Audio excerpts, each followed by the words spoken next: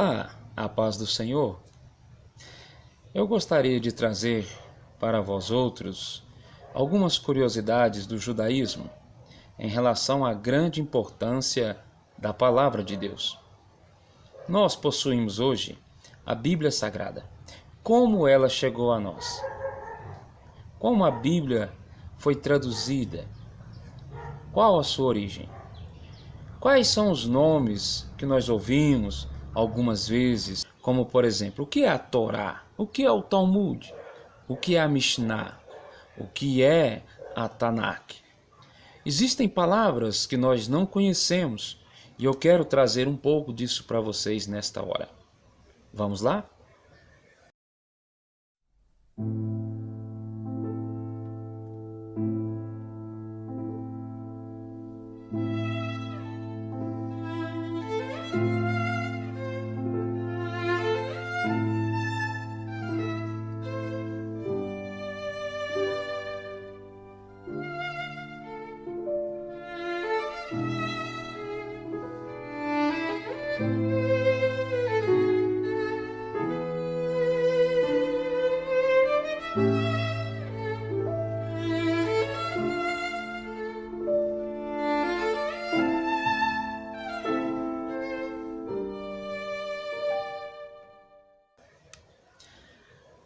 Antes de mais nada, precisamos entender que os judeus, eles dividiam os seus ensinamentos ou a forma de aprendizagem em alguns níveis, pois para aprendermos precisamos de uma escola.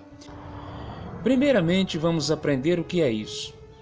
Uma palavrinha em hebraica chamada yeshivá, que vem de um substantivo masculino com o significado de assento, já traz uma grande significância. Por quê? Esta palavra, também no plural, é chamada de yeshivot, que chama-se ou significa-se lugares para se assentar. E esta palavra, ela traz dentro da junção do judaico e o português a palavra Yeshivá. E esta palavra, da mesma forma com as anteriormente ditas, vem a nos trazer a significância de ser uma instituição de estudo da Torá, do Talmud ou da Tanakh, assim como outros assuntos referentes à literatura judaica. Vamos lá. Antes de mais nada, vamos entender quais são esses níveis. O primeiro deles se chama Yeshivot. Yeshivot era geralmente uma instituição judaica ortodoxa separada para rapazes, homens, pessoas do sexo masculino, para suas hospedagens, até mesmo, e para a aprendizagem da Torá, do Talmud, da Tanakh, dentre outras observações ou lições da literatura judaica. A segunda se chama Midrashá. Midrashá era também uma instituição utilizada exclusivamente para as mulheres. Então, da mesma forma, hospedavam-se e assim ensinavam as mulheres a aprenderem também os segredos da palavra do Senhor. A terceira, ou nível que nós podemos assim chamar, é a conhecida Yeshivá Ketaná.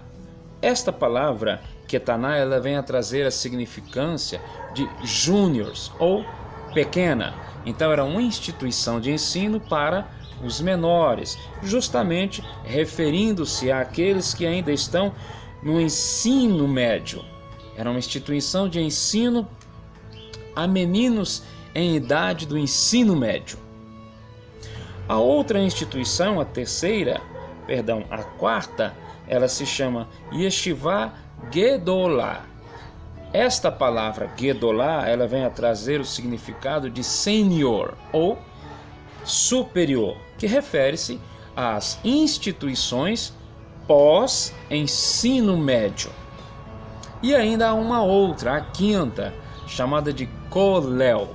Kollel era também uma instituição de ensino para o povo judeu com enfoque para um estudo independente e que fornece sustento para os estudantes do sexo masculino casados. ou seja, já era algo para homens mais maduros, para o seu conhecimento maior. Aí nós vamos aprender agora o que é que eles estudavam. A primeira coisa que nós temos que entender é que eles sempre davam um grande valor ao aprendizado, o aprendizado da palavra de Deus. Então a primeira coisa que eles mais estudavam sempre foi a Torá. E o que é a Torá? Você já ouviu falar esse nome? A Torá, ela significa, dentro do hebraico, instrução, apontamento, lei. Então é o nome dado aos 5 primeiros livros da Bíblia. A raiz da palavra hebraica Torá é orá, que significa justamente ensinamento. O Pentateuco, ele ensina ao homem o caminho que terá que seguir se optar por viver de acordo com os desejos e diretrizes de Deus. O Pentateuco, nunca se esqueça disso, são os 5 primeiros livros da Bíblia. E o que é a Torá? Também são os 5 primeiros livros da Bíblia. Então estas 5 partes que constituem a Torá, esses 5 livros, que são nomeados de uma forma diferente da nossa Bíblia portuguesa, eles trazem todas as diretrizes para o povo judeu, assim como chegou até nós. Então, estes nomes que foram dados, primeiramente em hebraico, para o Pentateuco ou para a Torá, são diferentes dos nossos nomes das nossas Bíblias. O primeiro livro se chama Gênesis, o segundo, Êxodo, o terceiro, Levítico, o quarto, Números e o quinto, Deuteronômio. No entanto, no original, em hebraico, é diferente.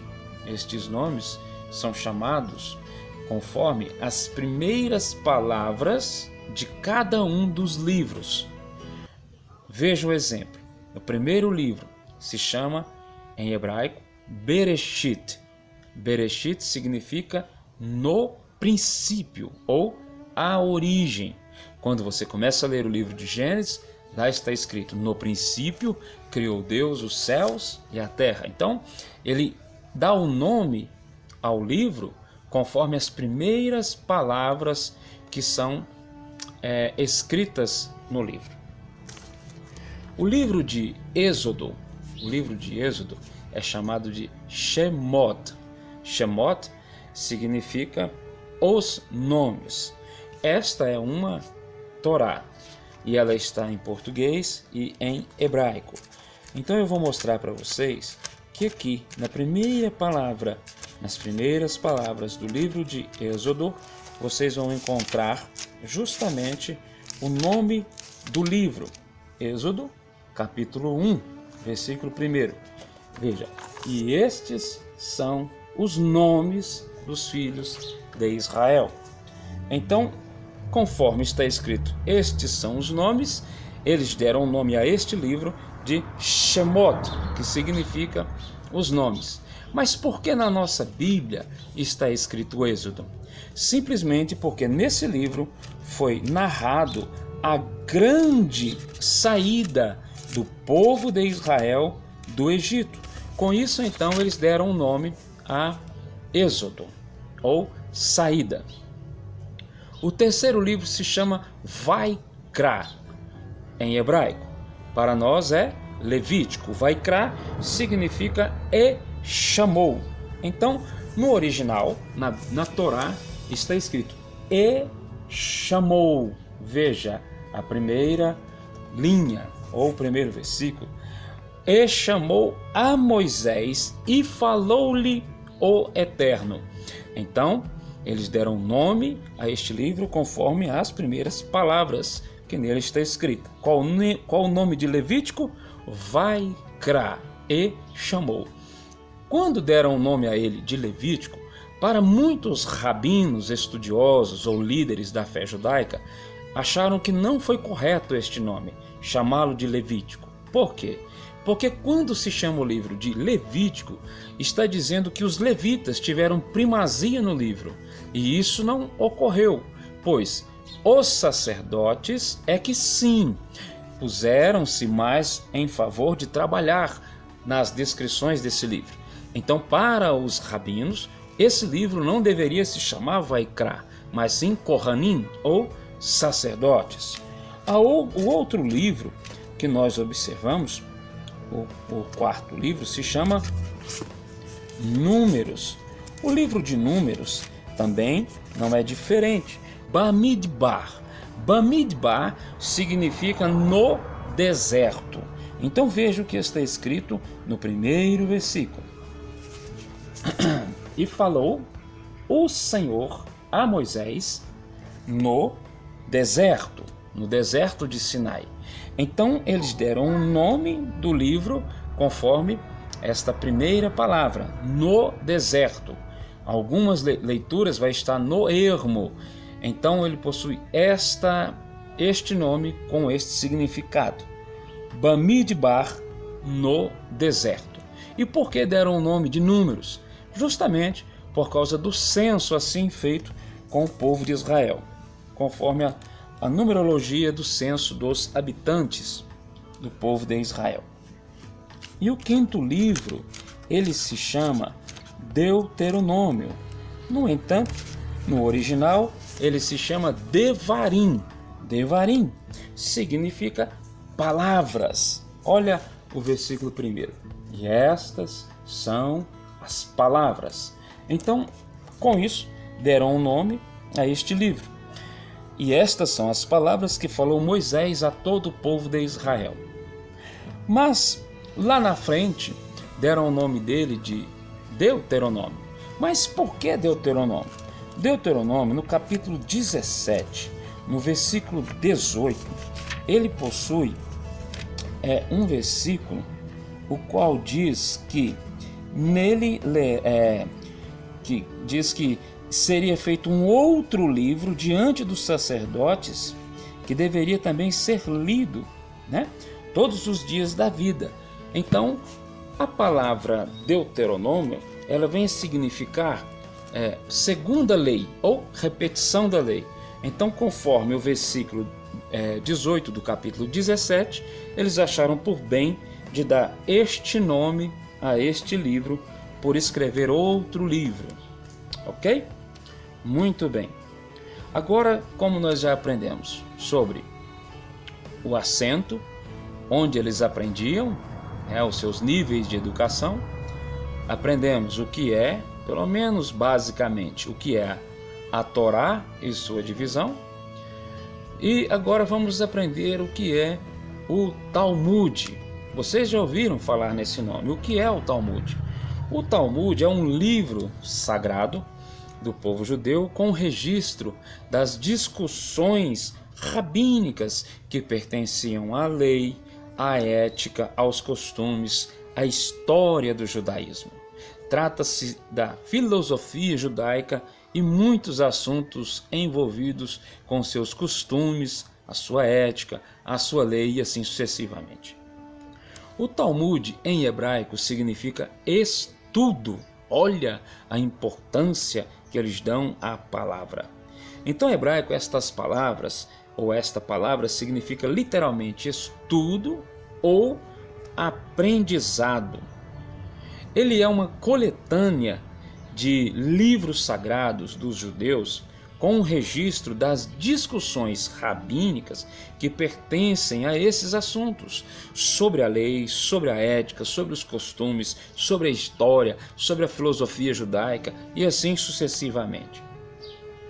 O Talmud, ele possuiu duas versões. A primeira se chama o Talmud de Jerusalém e a segunda é o Talmud da Babilônia. Ambos foram redigidos por volta do século V da nossa era. As principais edições impressas da obra surgiram no século XVI na Europa. O Talmud foi traduzido em sua totalidade para vários idiomas. Então, o Talmud define e dá forma ao judaísmo, alicerçando todas as leis e rituais judaicos. E o Talmud, ele explica, ele discute, ele esclarece. Então, enquanto o Pentateuco, a Torá, fala quais são os mandamentos, o Talmud ele vem a explicar cada um desses mandamentos. Então, eles tratam o Talmud com uma forma muito mais calorosa do que a própria Torá, porque alguns comentaristas judaicos até mesmo fazem ou dão uma ênfase maior aos ensinamentos do Talmud, pela forma explicativa que ele dá à história do povo de Israel e também sobre os seus pormenores. Então o Talmud ele discute de uma forma variada muitos assuntos, alguns sublimes e outros até mundanos, mas dentro do judaísmo todos de alguma forma refletem o relacionamento e o envolvimento de Deus, que é dono de todas as coisas. O Talmud ele foi escrito por muitos rabinos, que são os líderes religiosos judaicos, ao longo de séculos. Ele foi dividido em duas partes ou compêndios. Vocês vão aprender isso sucessivamente com o ensinamento da teologia judaica, sendo que um deles se chama Mishnah.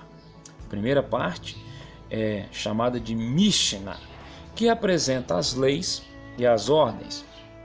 Estudiosos acreditam que um rabino da Palestina, que é aquela região do Oriente Médio, tenha concluído a Mishnah no início do século III. Esta tem 6 seções que abrangem regras sobre as orações diárias e a agricultura, sobre os rituais especiais, sobre os casamentos, direitos criminais e civis, assim como normas do templo e também a higiene. A segunda parte, que é chamada de Guemará, ela contém comentários sobre as ideias tratadas na primeira parte, que é chamada de Mishnah. Então, esta segunda parte, conhecida como Guemará, ela foi escrita por um rabino entre os séculos terceiro e sexto século. Existem 2 versões desta escrita, uma escrita na Palestina e outra escrita na Babilônia. Então os estudiosos modernos consideram que a versão da Babilônia é mais completa do que a primeira. Um rabino conhecido como Adin Steinsaltz, ele foi o responsável pela tradução do Talmud para o hebraico moderno, assim como para o inglês e para o russo. Ele se referiu à grande importância dessa obra com a seguinte frase: se a Torá é a pedra fundamental do judaísmo, o Talmud é o seu pilar central. Lembra o que eu lhe disse?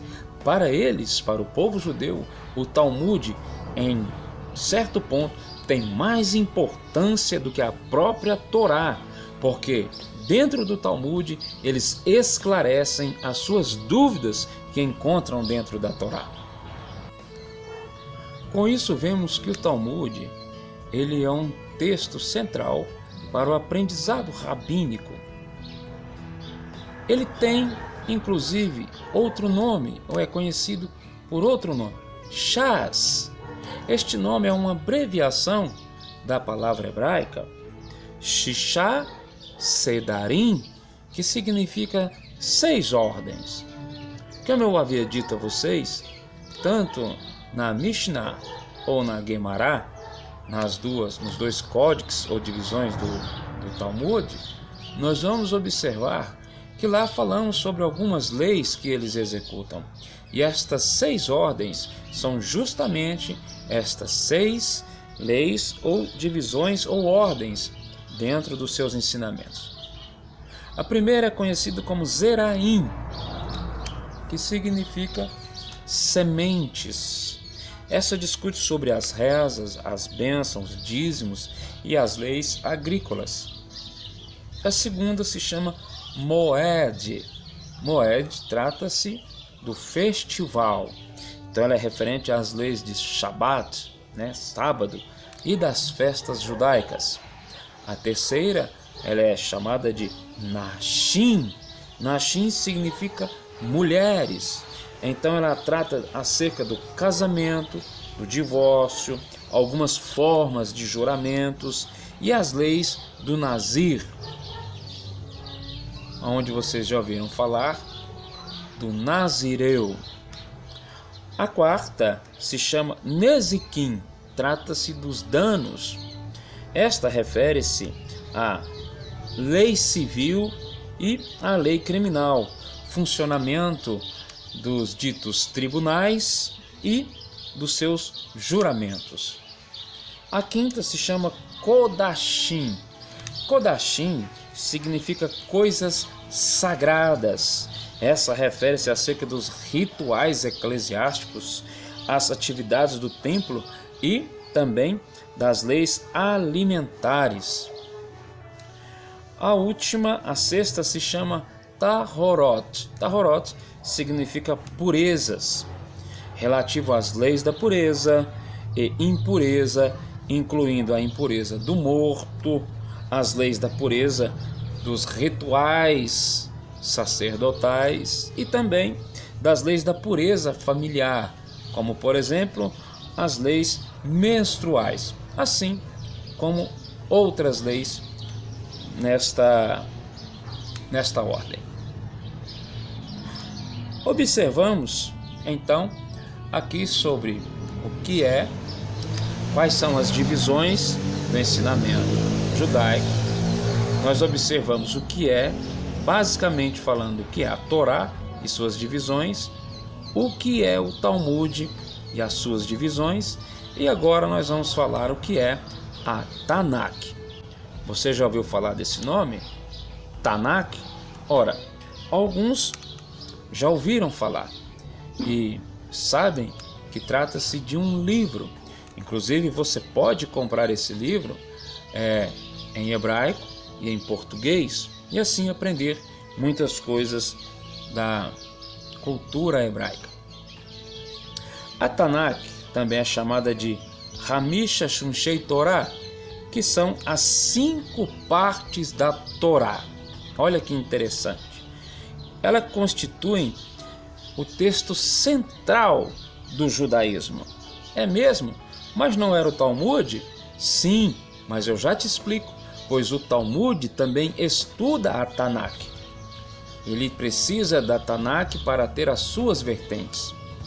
A Tanakh, ela não é uma palavra formada por si só com o intuito de dar um significado ao nome do livro. Não, ela é uma palavra formada por 3 sílabas, que são uma sílaba de cada palavra. Tanakh. Tanakh.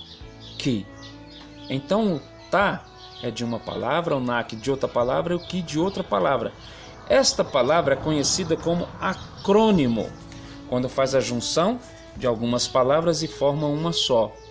Então esta palavra ela é formada de 3 palavras. E quais são estas palavras, professor?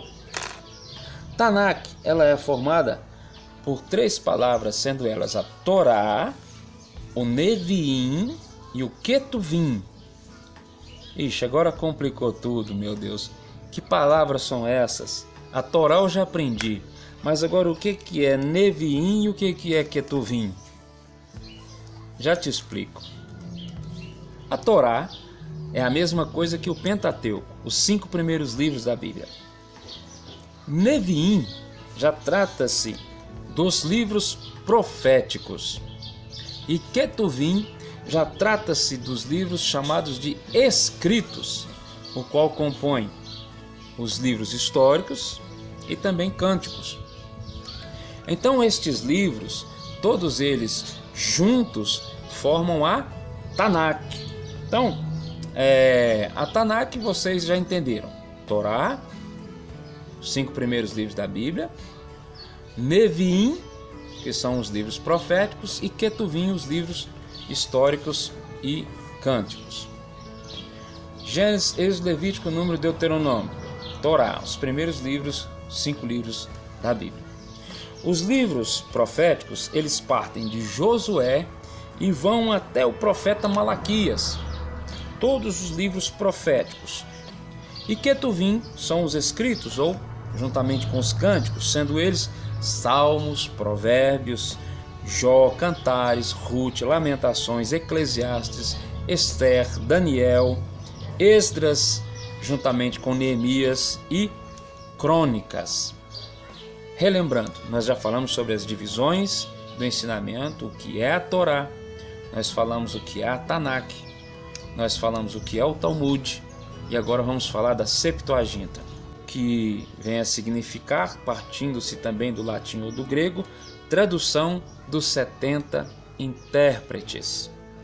E esta tradução ficou conhecida para nós como a versão dos 70 ou simplesmente Septuaginta. Agora, como surgiu a Septuaginta? Observa que interessante isso que eu vou falar para vocês. Em primeiro lugar, nós devemos observar que, como houve a tradução da Torá até a Septuaginta, talvez você nunca pensou nisso, né?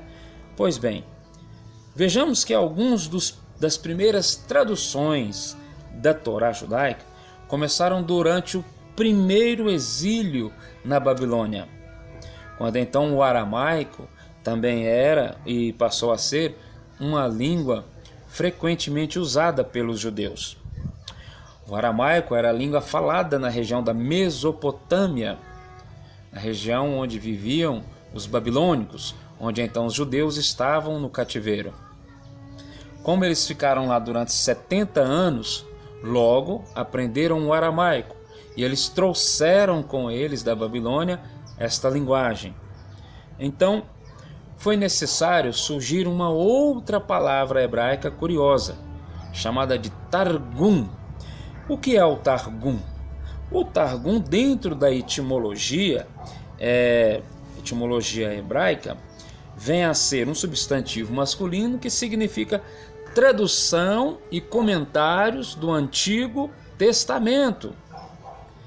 Ele era feito em língua caldaica, que era o aramaico.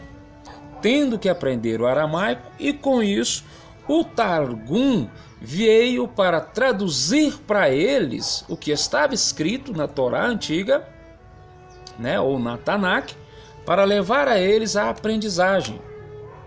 Então, como a maioria das pessoas falando aramaico e não compreendendo o hebraico, os Targumim foram criados para simplesmente permitir que as pessoas comuns, que não compreendiam muito bem a Torá, entendessem o que estava sendo ensinado nas sinagogas antigas.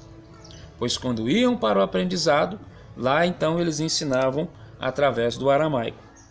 Então a maioria da Tanakh, como nós já falamos, existia anteriormente em hebraico, na língua original do povo judeu.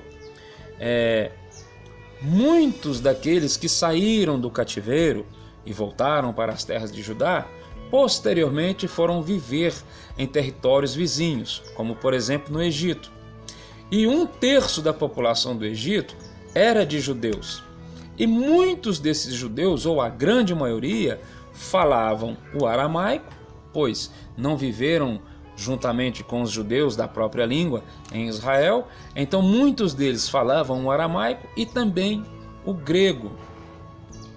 Nesse período então, quando lá eles conviviam entre eles falando esta linguagem, moraram numa grande cidade chamada Alexandria, a qual foi construída por Alexandre o Grande, simplesmente para ostentar o seu nome, e muitos judeus que ali viviam falando o aramaico e também o grego tiveram uma rica oportunidade.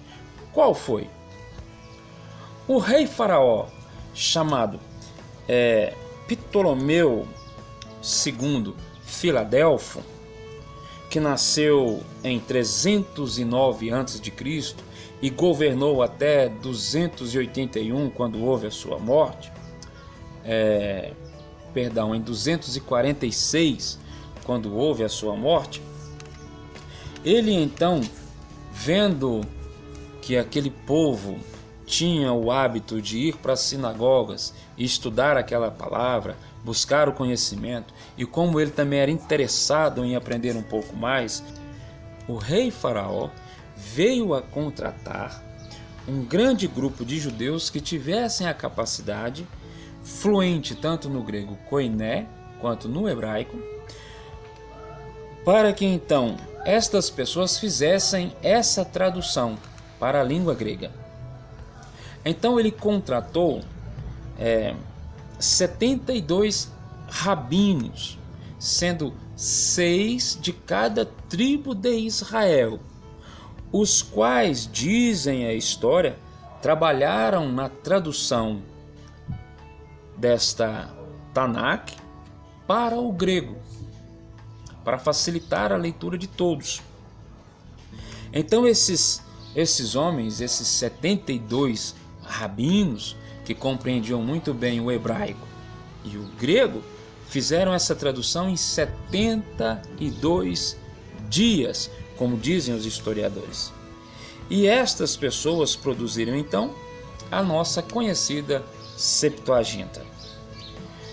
E o interessante é que através da Septuaginta ela veio a ser, desde o primeiro século, a versão clássica da Bíblia hebraica para os cristãos de língua grega.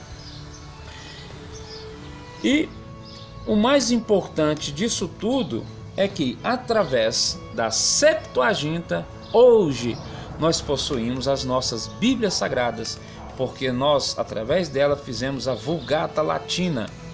Então, através da Septuaginta ainda houve uma outra tradução, a qual se chama Vulgata Latina, que chegou até nós na nossa linguagem.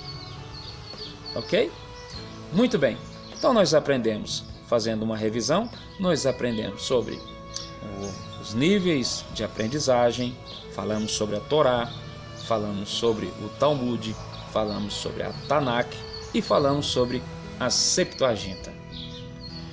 Próximo capítulo, no próximo estudo, nós estaremos falando sobre alguns pormenores da Tanakh ou da Bíblia hebraica.